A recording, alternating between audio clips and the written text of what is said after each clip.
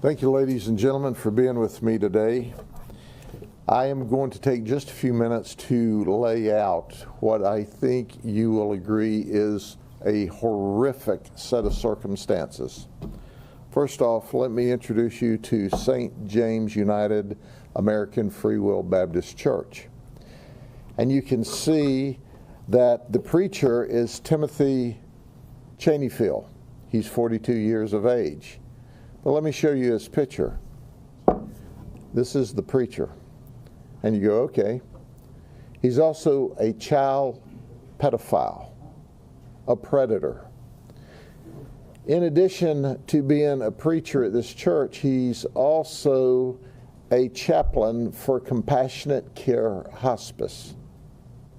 And if that's not enough, between 2012 and about 2024, he worked for the school system in Polk County.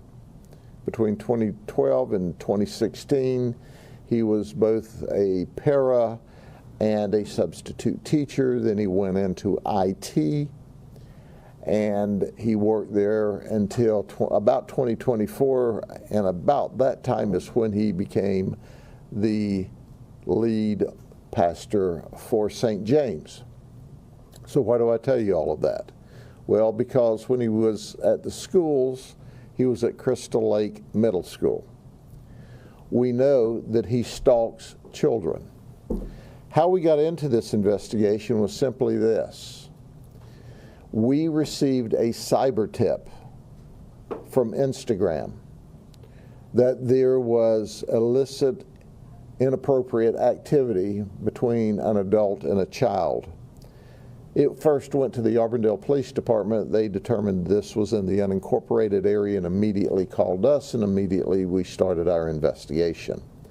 And what we found is that Timothy Chaneyfield went online with a dating app in search of children. And that's what he found, was a 14-year-old child. Did you hear what I said? A little boy. Then they moved from there over to the Instagram app where they chatted more often. And then Timothy Chaneyfield picked him up in front of his neighborhood on 3 different occasions. And on those 3 different occasions, he wasn't preaching, but he was messing around. On 3 different occasions, he drove to the 14-year-old child's neighborhood, where the 14-year-old child met him at the entrance to the neighborhood. Timothy took the 14-year-old to his home, and when he took him to his home, he engaged the child in sex. So when the investigation came to us, we started intensely looking for Timothy, and we found out during this period of time that he was in Baltimore performing, apparently, a funeral for someone through his Compassionate Care Hospice work. He confessed. He confessed that he picked up this 14-year-old child on at least 3 different occasions, took him to Timothy's home in Eagle Lake, where he engaged this child in sex. But that wasn't it. That wasn't all. Timothy is HIV positive. He failed to tell this 14-year-old child that I'm HIV positive, and he had unprotected sex with a child and exposed our 14-year-old victim to HIV. We pray that our work was fast enough, because we got our victim, the 14-year-old, the HIV cocktail, that we stopped this child from being infected. But we have a 26-year-old who said that he engaged Timothy Chaneyfield in sex, and now he is HIV positive. Timothy Chaney is an SS. That's not super sport. That's super spreader. And we fear that there's other victims out there because he was very aggressive and very adamant about having sex with apparently adults or children. We talked to the members, or some of the members of St. James. They were shocked. They had absolutely no idea their pastor was like that. We also found that he has been an ordained minister since about 2020, when New Mount Zion Church in Haines City ordained him, and then later St. James in Winter Haven selected him to be the pastor. Well, today he's locked up in jail. He's charged with 3 counts of lewd battery against a child. He's charged with infecting or potentially infecting or having sex with, unprotected sex with a child. There's a HIV statute that if you don't disclose you're HIV positive with your partner, that's another criminal charge. He's charged with traveling to meet a minor. He's charged with computer-related charges. He's charged with possession of marijuana. This is a dope-smoking preacher right here in front of you. He's a dope-smoking pedophile preacher right before you. And now he's locked up in the county jail where he should be. He was well respected in the community. People trusted him. They believed in him. And now, well, our plea is, if you've engaged this guy in sex, let us tell you, because he didn't. He's HIV positive. And you need to call us. But the first thing you need to do is run to an emergency room and get the HIV cocktail and pray that you're not HIV positive, because after all, he is an SS, a super spreader. And he doesn't mind that. I want that to resonate with you for a minute. He groomed a child online, drove to the child's neighborhood, picked him up, took him to his home, had sex with him, and if that's not bad enough, never disclosed to the child that he's HIV positive, so I'm going to have unprotected sex with this child and infect him as well. Jesus don't like that. And he'll have to answer for that one day to a court much higher than ours. That he hid behind the cloak. That he used the power and the persuasion of a well-recognized minister in order to groom children and apparently at least one adult. I know there's more out there, more victims we need to hear from, in order to have sex.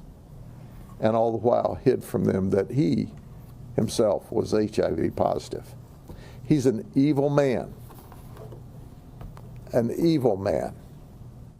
And he took advantage of the people at the church, and he took advantage of children, and he was around children up to 10 years at Crystal Lake Middle School in different jobs before he left there. So I want to hearken back to anybody that might have been in a relationship with him as a result of that. We need to talk to you, because we don't want this evil man ever to be outside of prison again.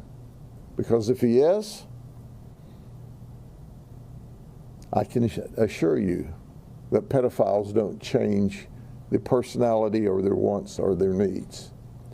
So when you want to see a classic example of someone who was well respected in the community, who was well respected at their church, who was well respected by those on their deathbed, and he ruined lives the whole time. Are there any questions? Him having access to so many children over the course of so many years, I mean, one of your biggest fears is that there are other children out there. I would be shocked if there weren't other children victims out there. I would be shocked if there weren't other victims out there. He was very active. He was very engaged. In fact, we so worried about this, we actually tried to catch him while he was in Baltimore, because we didn't even want him wandering the streets of Baltimore. What all is he up to there? Of course, when we were able to find that he should have been in the airport, the Baltimore Police Department gave us zero assistance. The Bartow Airport Authority gave us zero assistance, but I don't guess we should expect any more from that. The place is a train wreck anyway. I saw that he was arrested by OPD. I assume he was arrested at MCO. We met him when he got off of the plane with OPD. The Orlando Police Department was perfect. They were spot on. They were game on. They were as outraged with him, and they did a remarkable job. The Orlando Police Department was fantastic. Our detectives in Orlando Police met him. He first went to the Orange County Jail, and then we transferred him to the Polk County Jail. And he confessed to us. Are there any other questions? Sure. Does he even have any remorse about? No what he's done? remorse. No remorse. This is what he does. This is what he does. He sexually batters children, at least a child that we know of, and we suspect more, and we know an adult, and the adult says, I'm now HIV positive. Sure, you mentioned that Instagram reached out to Auburndale Police Department. Was that Instagram corporate, or is that unusual for the app to get? There's new law that requires them to report such activity. So I applaud Instagram. They did what was right. And what Instagram did by reporting this to the police immediately was it allowed us to do a complete and thorough investigation. Instagram was a principal in stopping a child pedophile from sexually battering children while being HIV positive. Are you hoping that will be a deterrent to other future? If all other social media online did exactly what Instagram did, we could stop this. We could stop this, but heretofore, as we've complained for years and for decades, social media has protected pedophiles and protected criminals and protected rapists and murderers and protected child pornographers. That's what they've done. And they should all be ashamed of themselves. There's one thing we can all coalesce around. I don't care what your political decisions are in life. Child pedophiles are bad business. And if everyone would do like Instagram did, we could protect the world's children from this kind of evil person. Instagram should be applauded. OPD, Orlando Police Department, was fantastic. My detectives are the best. You put all of your normal work aside and you focus on someone like this as quick as possible. Sheriff, any idea of, how long he might have known about this diagnosis, just kind of timeline here? Have no idea. Have no idea. And the 26-year-old didn't know until we brought it to his attention. And the 14-year-old had no clue that he was having unprotected sex with an adult that was HIV positive. So he goes, well, I'm taking my HIV medicine. Well, duh. Did you tell the 14-year-old? No, I think I mentioned it on social media. Well, we see zero evidence of that. The 14-year-old victim goes, he didn't tell me that. He's nasty. This guy's nasty. He's a menace to society, and he's proven that. And he took advantage of the wonderful people that go to this church. He took advantage of them. He scammed them. They were donating the widow's mite for this preacher to allegedly do a wonderful, wonderful piece of God's work in our community. And what was he doing? Having sex with kids. A kid. Sure. Is there, I know it sounds like it's pretty wide ranging, but any communities in Polk County in particular that should pay close attention to? Well, first and foremost, we know he worked 10 years at Crystal Lake Middle School. So we don't know what all the relationships were there. We know he's from Eagle Lake, which is in the Winter Haven area. We know his church was in Winter Haven. We know he was ordained in Haines City. I would say that the people who know whether or not they've engaged this guy in sex. This guy's dangerous. We believe he's a super spreader. We don't think two people, he woke up at 42 years of age and did this for the first time. We don't believe that at all, and neither do you, and neither does anyone that's watching this live right now. Help us make sure that we get help for the potential victims that have been exposed to HIV. We want those victims to first go to the hospital and get treated. Call us. We'll meet you at the hospital. We'll start an investigation, and we'll keep stacking the charges. But go to the hospital. Call us. We'll meet you there. We'll get you the care that you need, and we'll make sure that we give him the attention he deserves with the criminal justice system.